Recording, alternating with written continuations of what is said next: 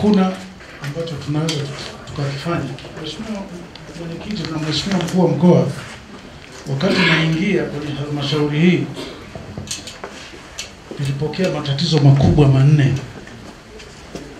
Moja ya tatizo ambalo tunalo sasa hivi ni juu ya kuboresha ukusanyaji wa mapato kwenye vyanzo vyetu. Kilio kikubwa ikiwa kwamba watu wanaofanya kazi kwenye mbuga yetu ya wanyama hii ya Serengeti, kwa sababu tu kampuni zao ziko Arusha na makao makuu mengine yako, hoja haziwezi kuisha mpaka dunia hii. Hata huo smart namna gani, hoja zitakuwepo. Lakini tatizo lingine ni uharibifu. Halmashauri yetu sisi ni ya vijijini, na mvua huku ziko mara 2 kwa mwaka. Hakuna lami, hakuna nini. Kwa hiyo barabara zinaharibika kweli kweli.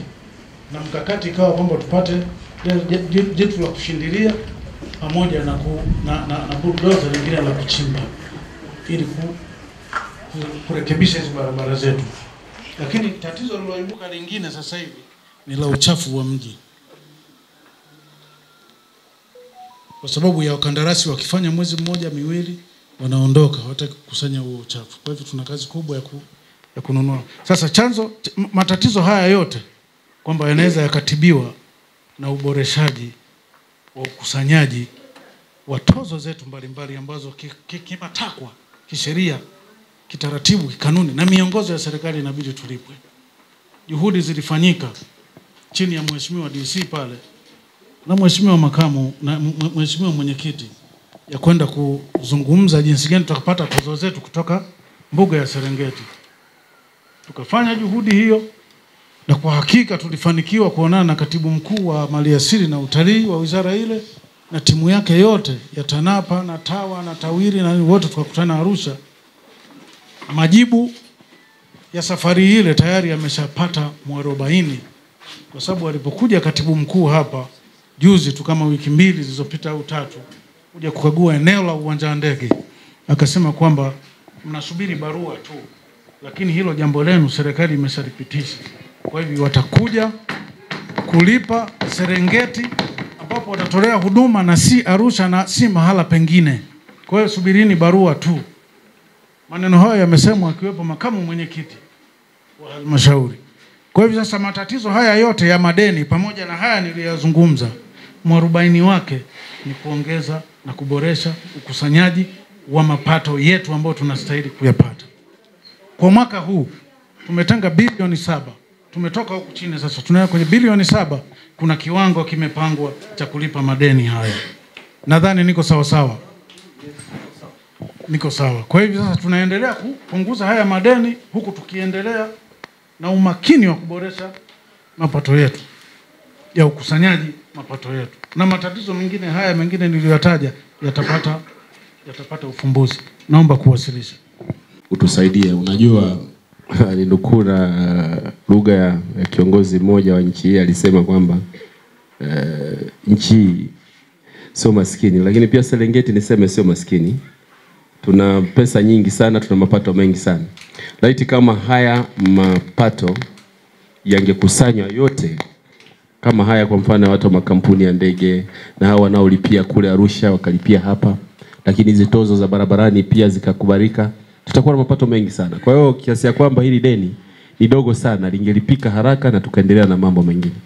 Kwa hiyo nikuombe sana Mheshimiwa Mkuu wa Mkoa, kwa sababu kwa nafasi yako uone namna ya kulisukuma hili jambo ili liweze kupata mwafaka, ikiwa sambamba na mengine mengi ambayo tumekuomba. Lakini kwa hili pia basi nikuombe uone namna ya kulifanya. Nafikiri baada ya ufafanuzi huo sasa tuende katika agizo lingine. Asante Mheshimiwa Mwenyekiti. Service levy hizo kwenye hifadhi zetu, hilo niseme tu nitaendelea kulifuatilia na timu yangu ya wataalamu. Na hii changamoto hatujaikuta kwenu tu, hata kule Tarime vijijini napo palikuwa na changamoto. Kuna makampuni yanafanya kazi Barrick North Mara, lakini wanalipa hizo service levy Arusha, wengine wanalipa Kinondoni, wengine sijui wanalipa Mwanza, wakati shughuli zao wanafanyia Tarime. Kwa hiyo kule nao tumeanza kushughulika nao, wengi wao wamesharudi wanalipa pale Tarime. Alkadhalika nanyi ni haki yenu makampuni hayo ya walipe hapa. Kwa hiyo tutaendelea kulisimamia kwa karibu, kwani hicho ni chanzo kimojawapo cha mapato ambacho kitakuza uchumi wenu. Kwenye hili la kutoza fedha kwenye magari ya watalii, hilo sina hakika nalo kama limekaa sawa. Sina hakika sana. Sijui kama tunafanya hivyo sasa hivi. Tulianza hiyo. Anasema sina hakika kama kwa sheria tulizo nazo sasa hivi kama hilo linafanyika sehemu yoyote. Nadhani sidhani kama linafanyika sehemu yoyote hapa Tanzania yenye utalii. Zamani tulikuwaga huko na mifumo sijui wanaita marodi toll, mavitu gani yale, yalikuwepo ma station, watu wanasimama wanalipia fedha hizo na nini. Sasa hivi najua tunapolipia ni ile daraja tu mnaita daraja la Mkapa kule Dar es Salaam, ndio sehemu pekee watu wanalipia. Barabara nyingine zote tunalipia kwenye nini? Kwenye mafuta. Hizo kodi ziliingizwa zote kwenye mafuta. Kwa wale waliokuwa wanafuatilia bunge miaka ile, hiyo hoja alisimamia sana nani Mrema. Mlikuwa mnafuatilia mabunge kweli miaka ya 80 ile. 87, 88 pale. Hapa tutakuwa wachache. Hiyo ni mojawapo ya hoja iliyosababisha Mrema ateuliwe kuwa waziri. Wakati ule akiwa mbunge, lakini alipiga kelele kweli kuomba zitolewe zile road tolls. Zikatolewa zikawekwa kwenye mafuta. Sasa tukija kwenye swala la utalii, magari hayo unayoyaona wewe yahesabu. Endelea tu kuyahesabu, lakini sijui kama utaingia uambie nipeni bukubuku. Labda kama mifumo itakubali huko baadaye.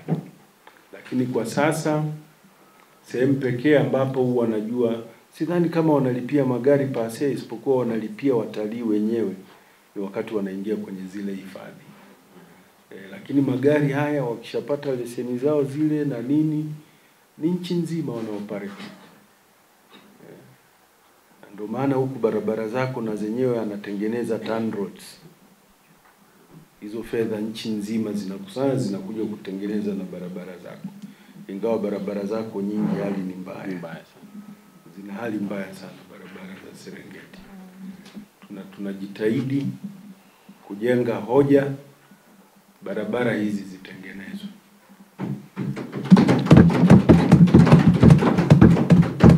Imefika mahali sasa wilaya yetu ifunguke jamani. Kwa nikipanga safari ya kuja Serengeti nafikiria mara mbili. Sio kama kinachonitia moyo ni kwamba watu wa Serengeti wana roho nzuri na nini, kwa hiyo nasema ngoja niende. Lakini ningekuwa na roho ngumu, basi ingekuwa kila nikipata safari ya Serengeti natafuta kisingizio kwa sababu ya barabara na hiyo roho ngumu. Lakini sasa kuna roho nzuri. Kwa hiyo ukikumbuka kuna shida ya barabara, lakini unasema watu wa Serengeti wazuri, ndugu zangu wale, ngoja niende. Ukifika huku unakutana na matabasamu na karibishwa vizuri na sahau uchakavu wa barabara. Lakini inabidi tunalisimamia kwa karibu na tunashauriana, tunasaidiana na wakubwa mbalimbali kwenye nafasi mbalimbali. Kwa hiyo ni matarajio yetu tutavuka salama. Kulikuwa na jambo jingine, niulize swali hapa. Mwaka jana Mheshimiwa DC umenikumbusha. Mwaka jana mwenge ulivyopita huku, nilisikia mkipewa maagizo na yule mkimbiza mwenge kwamba muhakikishe mnanunua ile dawa ya kumwagilia kwenye madimbwi sijui vitu gani ili kuua mazalia ya mbu. Mmenunua? Kwa mmepuliza au bado? Hapo nasubiri kiangazi. Uwe inapulizwa kwenye kiangazi? Sijui. Kama mmenunua is a step, lakini muhakikishe mnaitumia basi. Inasaidia sana ile. Tukitokomeza mbu tutakuwa tume save gharama kubwa sana kwenye matibabu. Sehemu kubwa ya fedha tunazopeleka kwenye matibabu huwa inaishia kutibu watu wa malaria. Sasa kama umeua mbu, ina maana hizo fedha zitaenda kufanya mambo mengine ya maendeleo badala ya kutibu watu. Jingine ni kutakeni sasa kama wilaya muanze kujipanga. Si kwa upande wa mkoa tumeshaanza kujipanga kwenye engo tofauti tofauti. Lakini kama mkoa sasa tunasema umefika wakati pawe na Serengeti Tourism Fair. Tuzindue msimu wa utalii Serengeti. Sasa hivi kitaifa unazinduliwa Arusha. Na inaitwa Kili Tourism Fair. Wanafanyia Arusha. Makampuni mbalimbali duniani yanashiriki ya kitalii. It's well and good. Tujifunze kwao Arusha wanafanyaje na sisi tuone namna ya kulianzisha kwetu hapa. Ningependa hili tuanze mwakani. Sasa hivi tumeshachelewa, msimu tayari ndio wameshaufungua huo. Lakini na sisi tuone namna sasa ya kuwa tunayafanya maonesho hayo kila mwaka hapa Serengeti.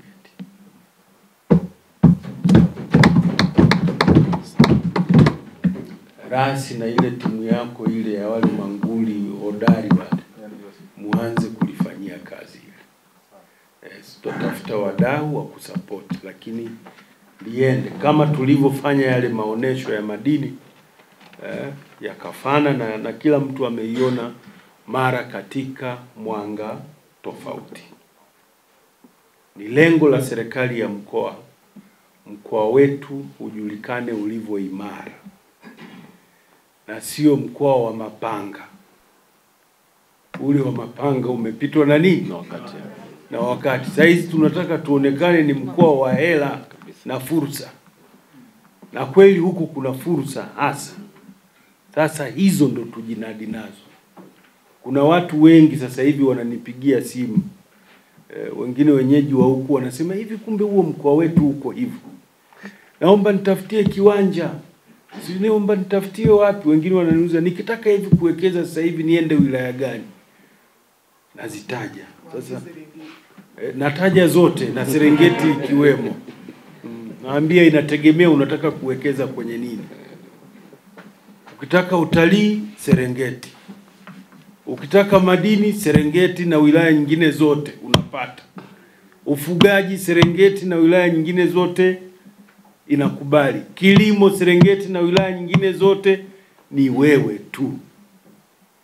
Basi wanachanganyikiwa. Muwapokee wakija, mshirikiane uchumi ukue. Kuna vile vitu vingine sivipendi. Huku kuna vikesi vile vya kuzungusha vya mashamba vile vya zamani hivyo. Kule nilikokulia zamani kulikuwaga na vikesi hivyo vya ajabu. Mtu akiwa na shamba, mtu anasogeza mpaka, mwingine anasingizia hiki, mwingine anadanganya hiki. Kulikuwa na hivyo vikesi vya kunyang'anya ardhi na nini. Tuachane na mambo hayo, yamepitwa na wakati. Sijui tunaelewana? Yeah. Tuachane na mambo hayo, yamepitwa na wakati. Ardhi wale watu wanaofuatilia dini bwana. Nimebahatika kusoma manchi mengi na Israeli nako nilisoma. Nimekaa kule. Kwa hiyo na dini na kwenye huwa nipo. Ardhi ililaaniwa. Si mnakumbuka? wakati Adam na Hawa wametenda dhambi, Mungu alimlaani Eva moja kwa moja, si ndio? Alimtizama machoni akamlaani, akampiga adhabu, ndio kwa uchungu utafanya nini? Afu akamcheki Adamu, akamwangalia, akamcheki, akasema sasa huyu nikimlaani si ni mimi mwenyewe? Kwa hiyo akamwambia, we Adam, wewe ardhi imelaaniwa kwa niaba yako, kwa jasho utakula. Kwa hiyo ardhi hiyo imelaaniwa kwa niaba ya wanaume. Sijui tunaelewana? Sasa msiende nayo hovyo na mizozo hiyo. Utaingia kwenye hiyo mizozo na nini, mwisho wa siku huna maendeleo yoyote, upati chochote, kwa sababu umeenda kutempa na kitu ambacho Mungu alimcheki mwanaume akasema, huyu ni simlaani mwenzangu, huyu ni laani nini? Sasa wamama msinishambulie hapo. Ni maandiko tu. Kwa hiyo nadhani nimemaliza niliyokuwa nayo ya kuongea. Sasa mwenyekiti, sijui itifaki zako zinaruhusu, lakini